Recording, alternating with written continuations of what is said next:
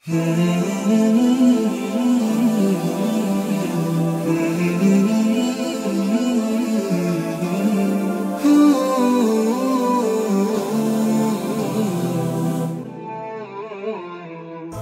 يجدد في المدى.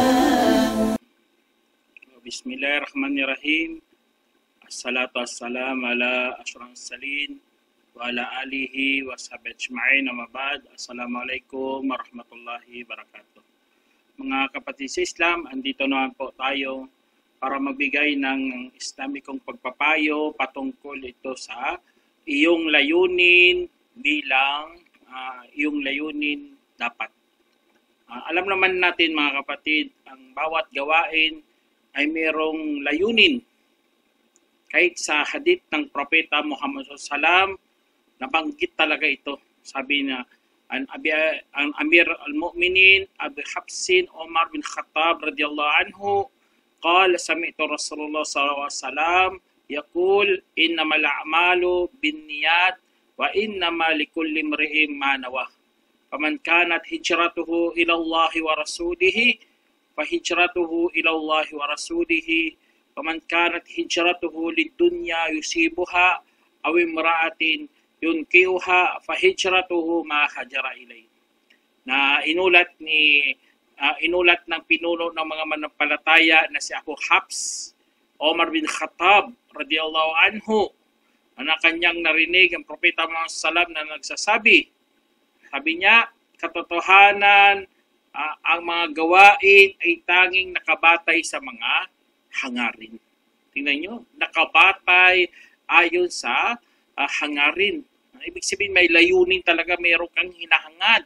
At para sa bawat tao ay naayon sa kanyang hinahangad. Kaya sino man ang kanyang paglikas ay para kay Allah at sa kanyang propeta. Kung gayon, ang kanyang paglikas ay para kay Allah at sa kanyang mensahero. At ang sino man ang kanyang paglikas ay naging para sa mundong makakamit o kaya babaeng papakasalan, kung gayon ang kanyang paglikas ay naayon sa kanyang ang inilikas. Isinalaysay ni Bukhari at Muslim.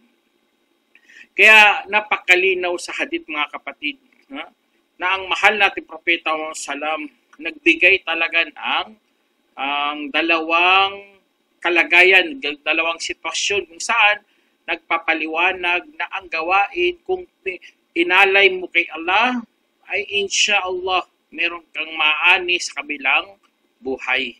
Dito sa mundo makakamit mo at sa kabilang buhay meron ka ring makakamit. Ngunit kung ang buhay mo, gawa mo, o iyong hinahangad ay para lang dito sa mundo, ang iyong mapapakala ay dito lang talaga sa mundo.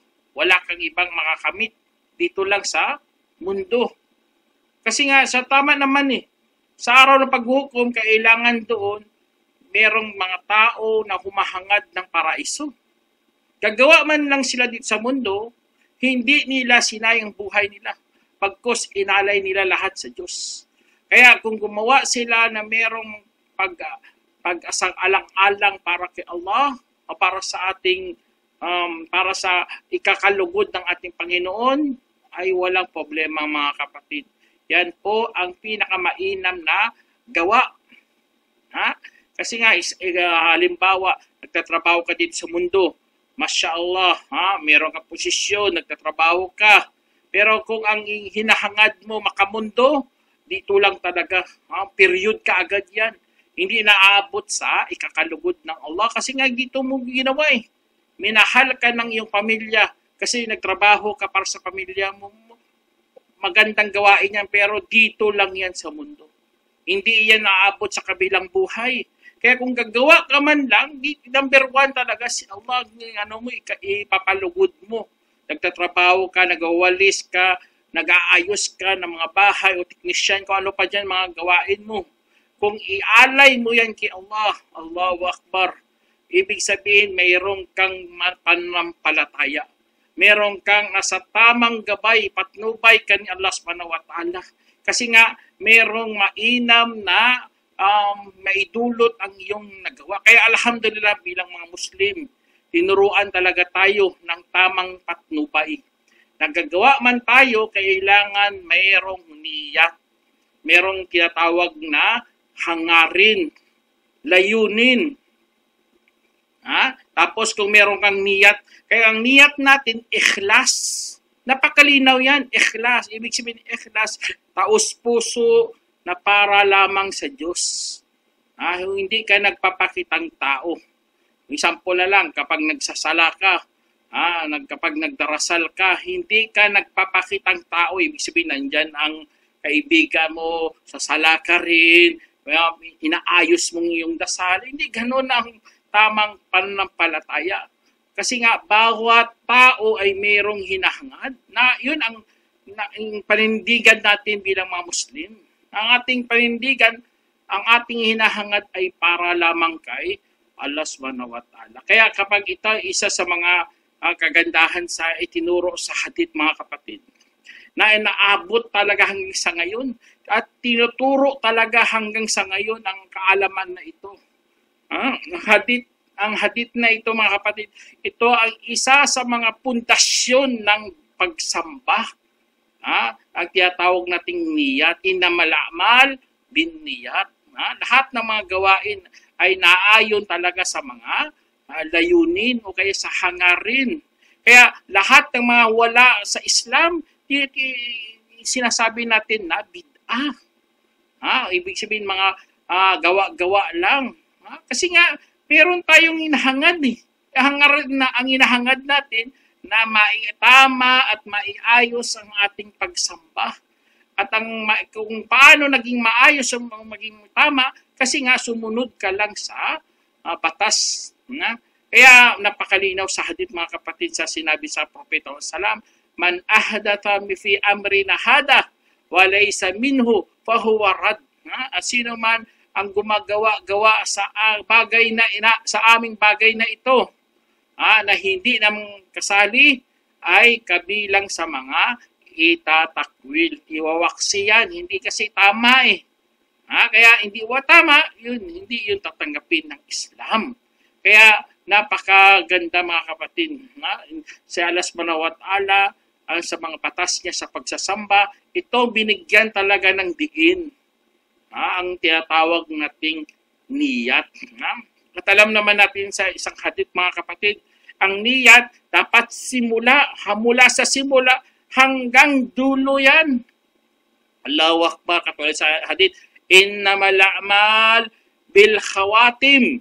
Sabi sa hadith, mga kapatid, ang mga gawain ay naayon sa katapusan. Tignan nyo, hanggang sa katapusan. Kaya kung ikaw sumasamba kay Allah subhanahu wa ta'ala, dapat number one si Allah talaga, mga kapatid. Hanggang dulo yan, hindi pagkagitna na, number 2 na si Allah, ang inuna mong sarili mo, bila mali. O kaya, sa pagdating sa panghuli, ginawa mo number 3 na si Allah, inuna mo ang sarili mo, pangalawag, inuna ang pamilya mo. Hindi ganoon, mga kapatid, sa pagsamba. Kasi nga, napakalinaw ng hadith dito eh. Innamal a'mal bil khawatim, ang mga gawain ay naayon sa panghuli. Kaya dapat yung panghuli para rin kay Allah subhanahu wa ta'ala. Kaya kapag ikaw naghangad sa pagsamba, dapat mula simula hanggang katapusan. Hanggang katapusan ang ating niyat. Hindi siya, kaya alhamdulillah, tinuturuan talaga tayong magsabi ng la ilaha illallah para maging magsumigla ulit ang iyong pananampalataya, o kaya maging bago na naman ang sigla ng iyong pananampalataya. Kaya meron ng mga ibang ulama, sabi nila, magkaiba ang hangad at ang kagustuhan. Ang hangad, hinahangad mo talaga eh, ito gagawin ko.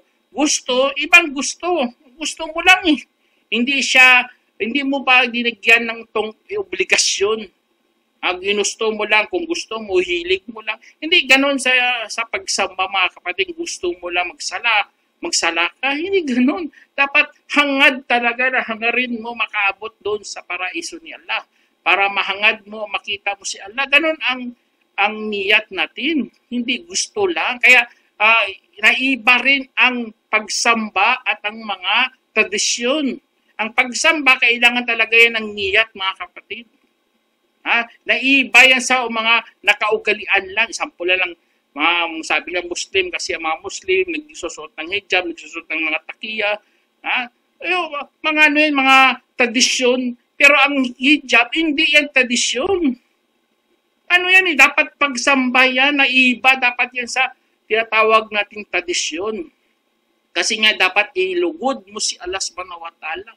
Kaya kung ginusto mo lang kasi sumasabay ka sa tradisyon, billah. Sinayang mo lang buhay mo, sinayang mo lang oras mo, sinayang mo lang pagod mo. Tapos pagdating mo sa araw pag-hukom, hindi naman tatanggapin ng Allah subhanahu wa ta'ala. Kaya nakakalungkot, mga kapatid, kung ganito ang mangyari sa iyo. Kasi nga hindi mo binukod ang mga gawain mo sa pamamagitan ng niya o hangarin. Kaya dapat alam mo yan. Dapat aware ka dyan. Dapat alisto ka dyan na kayang hatiin ng niya ang mga gawain natin patungo sa tama at patungo rin sa mali. Billah, hindi. Kaya dapat marunong kang humati at dapat ang iyong nilalayon patungo sa tama.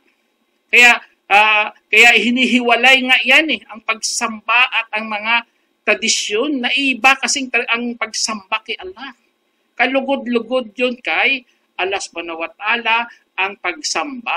Kaya ang mga nilalayo natin sa mga gawain, kung gusto mo magiging pagsamba, ay dapat ikakalugod ng Allah subhanahu wa ta'ala. Sabi ng Allah subhanahu wa ta'ala sa Quran, man kana yuridu harthal akhirati nazid lahu fi harthihi wa man kana yuridu harthad dunya nu'tihi minha wa ma lahu fil akhirati min nasib. Sinabi ng Allah subhanahu wa ta'ala sa Quran, at ang sinumang ginugusto ang taniman sa kabilang buhay ay aming dadagdagan para sa kanya ang kanyang taniman. At ang sinumang ginugusto ang taniman ng mundo ay aming bibigyan siya mula roon at walang mapapasa kanya sa kabilang buhay kahit anong kabahagi. Subhana, tingnan nyo, napakalinaw ng Quran dito, mga kapatid. Kung gusto mo ang taniman dito sa mundo, bibigyan ka ng Allah subhanahu wa ta'ala. Ibibigay sa iyo yan. Kung gusto mo maging mayaman, ibibigay sa iyo yan. Kung gusto mo ganito, bibigay yan. Pero problema lang, wala ka namang kahit anong kabahagi sa kabilang buhay. Yun ang aanihin mo, kapatid. Kasi nagtanim ka, ibig sabihin, meron kang aanihin. Kaya alhamdulillah, mga Muslim, tinuruan talaga tayo kung sa tamang pag-aani. Kung gusto mo magkakabunga ng maganda, dito tayo dapat ipakita natin kay Allah gamit ang ating mga niyat, ang ating mga hangad, para lamang sa Kanya. Kasi nga, madagdagan yan ng Allah subhanahu wa ta'ala. Dagdagan niya. Kaya kung ikaw mahilig sa pakitang tao o kaya sa pagtatambal o mga shirk, dapat matuto ka na ng ikhlas. Dapat alam mo na yan para maging talisay ang iyong mga gawain. Ang ikhlas yun ang magtutulong sa iyo para maitama o maiwasto ang iyong hangad. Allahu Akbar. Kaya kung ang mga niyat natin, kung may ikhlas, Allahu Akbar, maging talisay yan at paabot talaga kay Allah subhanahu wa ta'ala at katanggap-tanggap yan. At alam naman natin, mga kapatid, ang mga mabuting gawa, hindi pwede yan, sasabihin mo lang, ito, mabuting gawa. Alamin mo muna, mayroong mga kondisyon yan. Alam nyo, ang unang kondisyon yan, dapat niyatus salihah. Ibig sabihin, mabuting hangarin. Tingnan, mabuting hangarin, number 1 yan. Tapos pangalawa, nakabatay sa mga alituntunin ng Islam. Kaya napakahalaga to sa mga taong nagpapakabuti. O ibig sabihin ng mga nagpapatuwid kay Allah subhanahu wa ta'ala. Kasi nga, ito, ang mga niyat na ito ay importante ito bilang mga Muslim. At itong isa sa mga pinakalupit na hadith, mga kapatid, ang Jabir radiyallahu anhu, qala Rasulullah SAW, yuhsharun nasu ala niyatihim. Sabi sa hadith na inulat ni Jabir radhiyallahu anhu, na sinabi ng Propeta salam, bubuhayin ang sangkatauhan ayon sa kanilang mga hangarin. Isinalaysay ni Ibn Majah at itinama ni Al-Albani. Tingnan nyo, bubuhayin pala tayo ni Allah ayon sa ating mga hindi sa ating mga gawa. Bubuhayin tayo dahil sa ating mga niyat. Subhanallah. Niyat pala mga kapatid, kung anong ni-intention mo sa iyong gawa. Kaya importante yan bilang Muslim, alam na alam mong yung mga hinahangad.